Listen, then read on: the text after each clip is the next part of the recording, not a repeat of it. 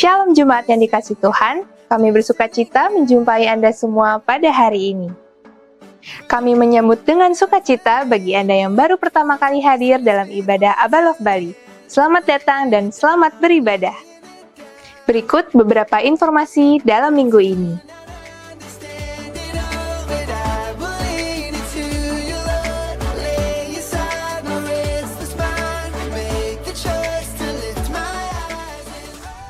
Untuk adik-adik SMP dan SMA, Abba Youth Teens hadir setiap hari Sabtu jam 5.30 sore di lantai 3 Abba Love Bali.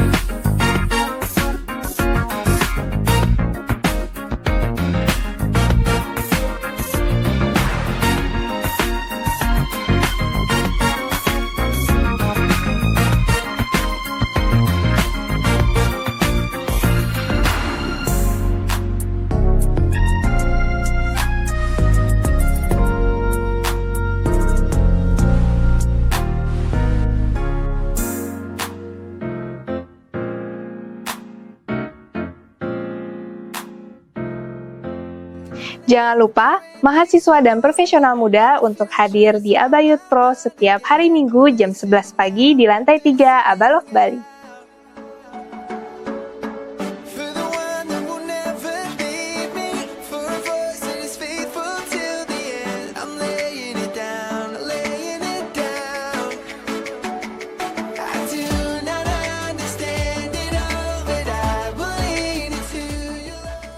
Halo adik-adik, jangan lupa Abba Kids diadakan setiap hari Minggu jam 8 pagi di lantai 2 Abba Love Bali.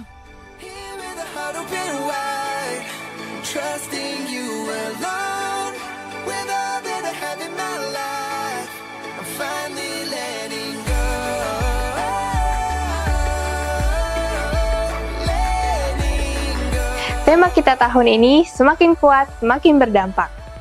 Dan tema kita di bulan Agustus adalah komsel yang menjangkau. Oleh karena itu, kami mengundang semua jemaat untuk hadir dalam ibadah onsite setiap hari Minggu jam 8 pagi di lantai 3 Abba Love Bali.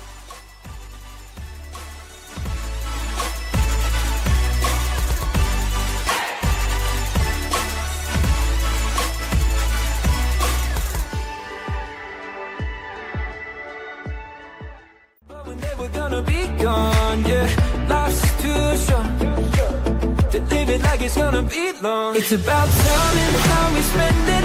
Every hour, every minute. It's about knowing how we're chasing all the beautiful things that make it worth the ride to the other side. It's about time we started living like tomorrow. Kelas SPK akan dimulai dalam bulan Agustus 2023.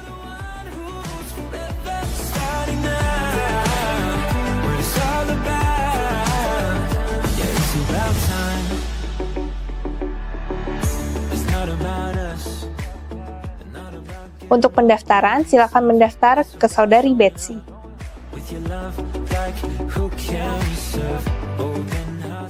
HUT Abba Love Bali akan diadakan pada hari Minggu tanggal 24 September 2023. Bertempat di sebelah timur Patung Kumbakarna Kebun Raya Bedugul.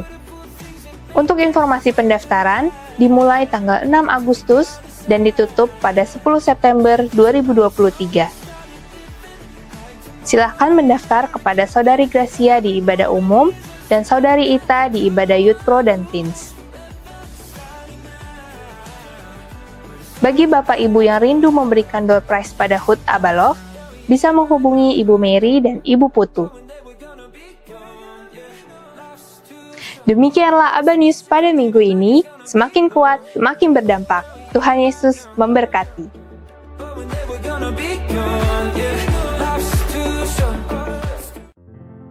Shalom Bapak Ibu, saudara-saudari Jemaat Abalov yang dikasihi oleh Tuhan. Suatu sukacita hari ini saya mendapat kesempatan untuk sharing firman Tuhan dengan Bapak Ibu. Bulan Agustus ini pemimpin mengambil tema yaitu komunitas yang menjangkau. Setiap kita Bapak Ibu tahun ini fokus yang diambil yaitu setiap kita pribadi menjadi pribadi yang semakin kuat dan semakin berdampak Bapak Ibu. Setiap kita semakin kuat dalam membangun hubungan pribadi dengan Tuhan lewat disiplin rohani, dan goal dari proses disiplin rohani ini setiap kita memberi dampak. Fokus yang diambil tahun ini Bapak Ibu mengacu pada apa yang menjadi visi dari Jemaat Abalov Bali Bapak Ibu. Visinya yaitu setiap kita jemaat pribadi lepas pribadi menjadi murid Kristus melalui komunitas sejati yang memancarkan gerakan kasih Bapa Surgawi untuk menghadirkan kerajaan Allah di dalam setiap bidang kehidupan. Pertanyaannya Bapak Ibu, kenapa kita harus ada dalam komunitas? Dan mengapa komunitas Bapak Ibu? Dan apa itu komunitas? Komunitas terdiri dari 2 atau lebih Bapak Ibu, tidak bisa 1 orang, tapi 2 atau lebih ya. Orang yang saling peduli satu dengan yang lain, dan di dalam komunitas itu terjalin relasi yang erat antara satu dengan yang lain Bapak Ibu. Itu adalah komunitas. Ketika kita ada di dalam komunitas tetapi tidak ada relasi, tidak ada hubungan, itu bukan komunitas Bapak Ibu ya. Dan mengapa setiap kita murid Kristus kita harus ada di dalam komunitas Bapak Ibu? Saya mau ajak Bapak Ibu kita membaca firman Tuhan di Amsal 27 ayat 17, saya pakai versi Bahasa Indonesia masa kini. Di sini dikatakan, sebagaimana baja mengasah baja, begitu pula manusia belajar dari sesamanya. Ini alasan pertama kenapa kita harus ada di dalam komunitas Bapak Ibu. Baja atau besi itu ditajamkan lewat proses dipanaskan, digesek ya Bapak Ibu, sehingga dia dibentuk menjadi suatu karya yang indah. Demikian juga dengan manusia Bapak Ibu. Setiap kita perlu belajar dengan sesama. Lewat proses kita berinteraksi dengan sesama, di situ kita digesek, kita semakin diasah dan karakter kita semakin bertumbuh menuju ke arah kepenuhan Kristus Bapak Ibu.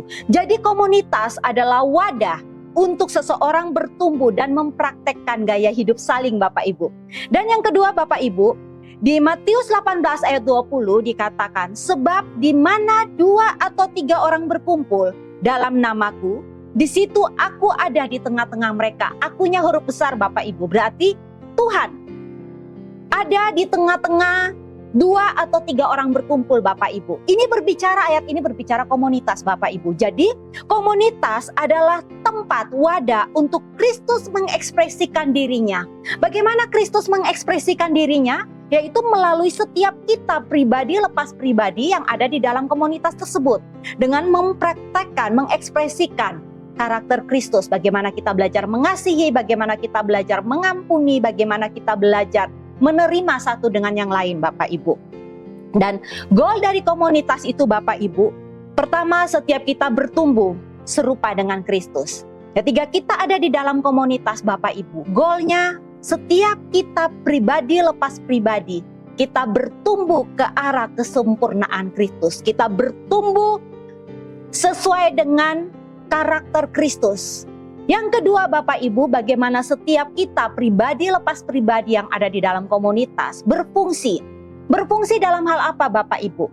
Setiap kita pribadi lepas pribadi menemukan dan memaksimalkan potensi atau talenta yang Tuhan kasih lewat hidup kita Bapak Ibu. Jadi komunitas itu juga menjadi wadah untuk kita menemukan dan memaksimalkan potensi kita. Kadang-kadang lewat orang-orang yang ada di dalam komunitas bisa mengafirmasi Bapak Ibu. Bahkan lewat orang-orang sekeliling kita, mereka yang meneguhkan setiap potensi yang Tuhan taruh dalam hidup kita.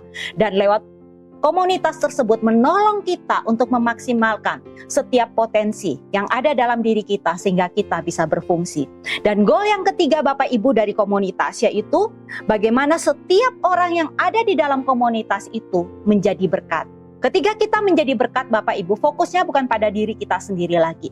Fokusnya bukan pada ego kita, tapi fokusnya bagaimana kita menjadi berkat. Ketika menjadi berkat, itu sesuatu yang mendatangkan kemuliaan Allah Bapak Ibu. Amin Bapak Ibu. Saya mau ambil contoh Bapak Ibu. Di dalam Alkitab, kita mau lihat contoh bagaimana komunitas yang Tuhan rindukan, yang Tuhan mau kita bangun dalam kehidupan kita sehari-hari ini. Kita bisa belajar dari cara hidup jemaat mula-mula Bapak Ibu. Saya mau ajak kita membaca dari Kisah Para Rasul 2 ayat 41 sampai 47.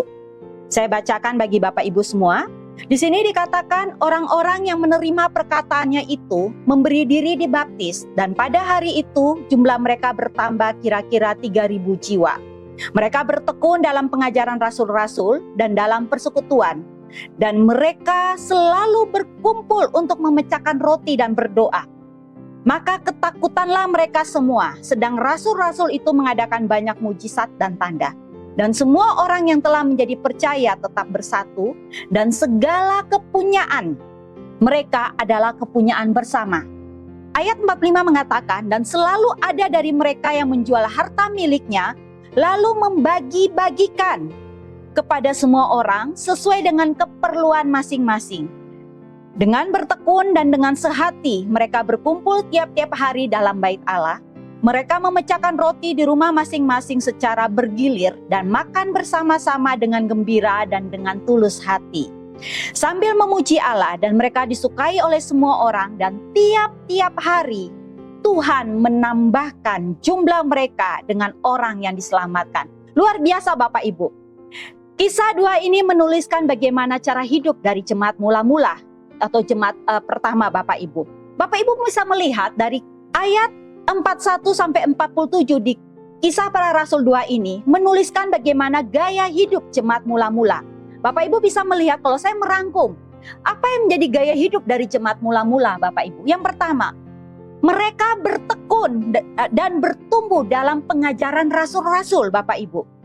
Bapak Ibu bisa melihat bagaimana di ayat 42 mencatat bahwa mereka bertekun dalam pengajaran rasul-rasul. Apa yang rasul-rasul ajarkan Bapak Ibu?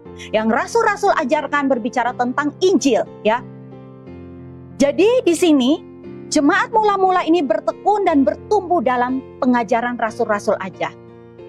Bertekun dan bertumbuh ini satu paket Bapak Ibu. Bagaimana ketika mereka bertemu, mereka bertekun, berbicara ada suatu kontinuitas, ada suatu konsisten yang terjadi. Dan dari setiap pengajaran itu mereka bertumbuh. Bertumbuh berarti ada pertumbuhan rohani yang terjadi. Berarti mereka semua menjadi pelaku firman Bapak Ibu.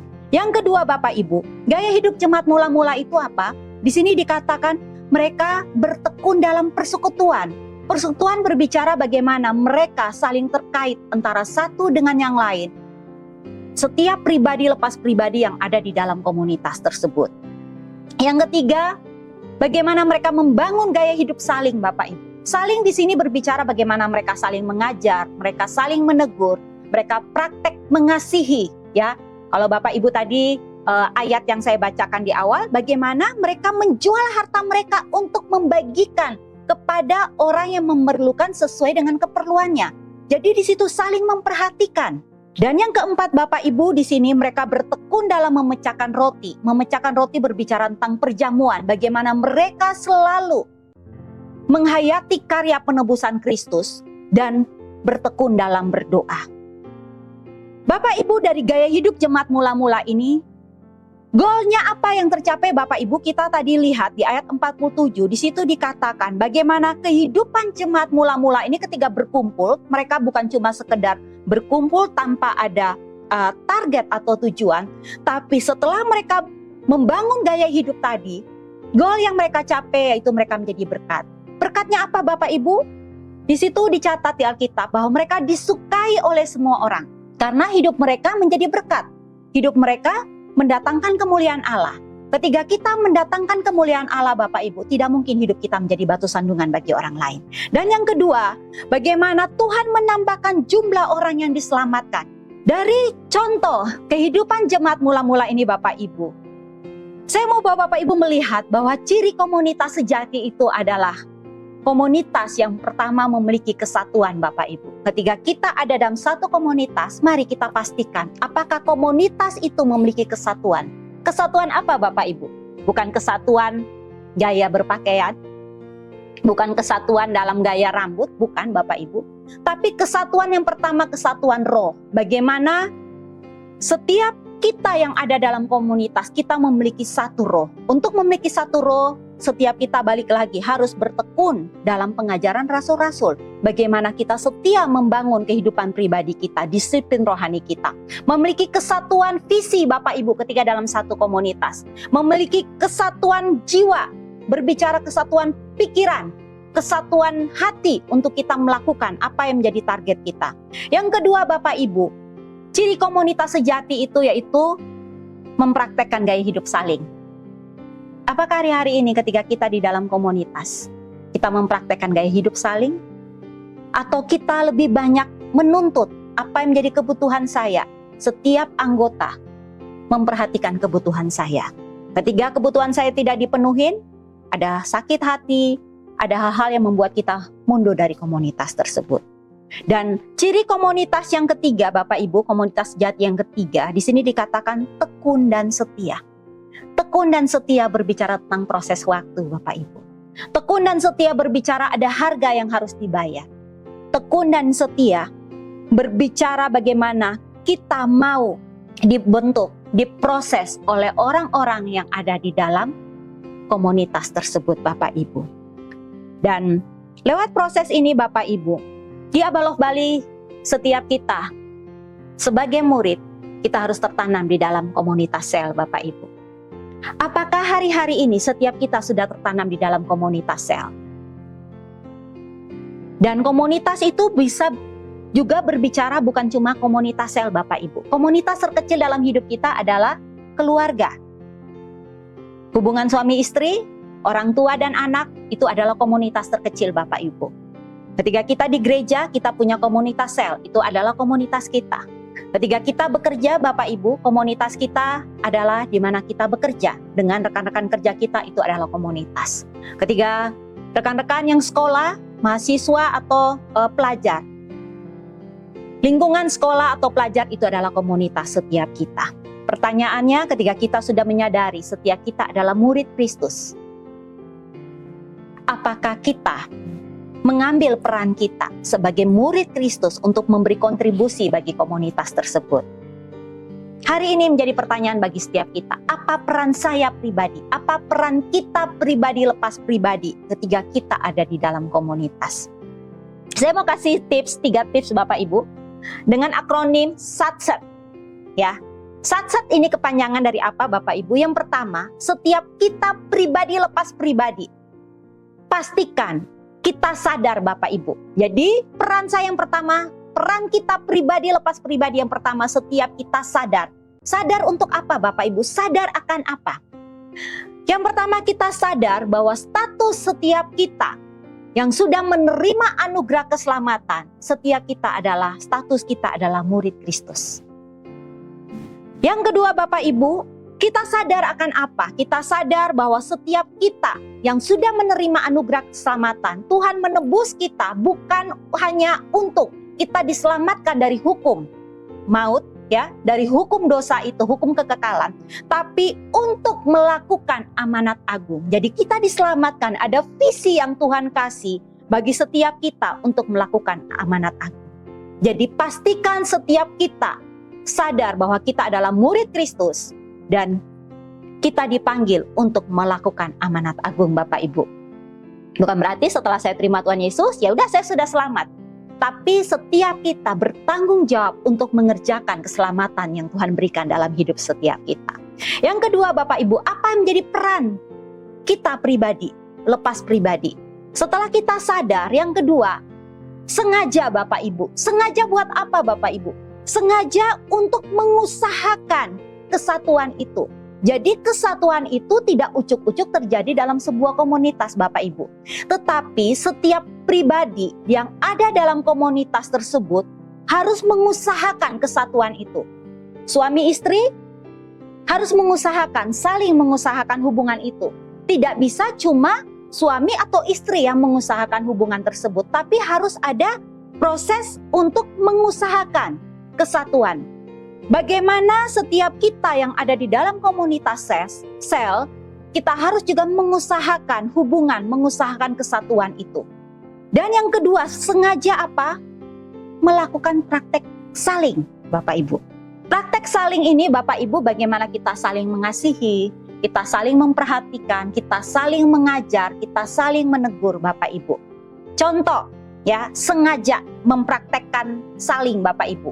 Kalau ada anggota sel yang ulang tahun Bapak Ibu, kita mengucapkan itu merupakan suatu tindakan sengaja untuk melakukan praktek saling. Ketika ada anggota sel yang mungkin kita lihat dia butuh ditolong lebih dalam proses disiplin rohani merenungkan firman, kita tolong dengan saling mengajar, saling menolong.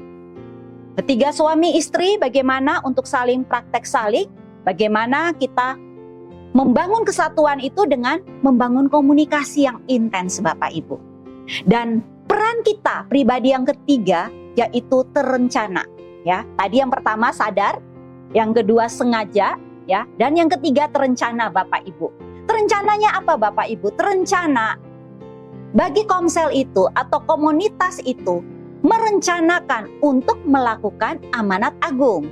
Karena di awal tadi yang saya katakan bahwa setiap kita harus sadar bahwa setiap kita yang sudah terima anugerah keselamatan, ya, status kita adalah anak Allah, status kita adalah murid Kristus. Sebagai murid berarti kita harus semakin bertumbuh serupa dengan Kristus. Dan ketika kita diselamatkan Bapak Ibu, ada visi yang Tuhan kasih bagi setiap kita, yaitu kita melakukan amanat agung atau setiap kita menjadi penjala manusia Bapak Ibu.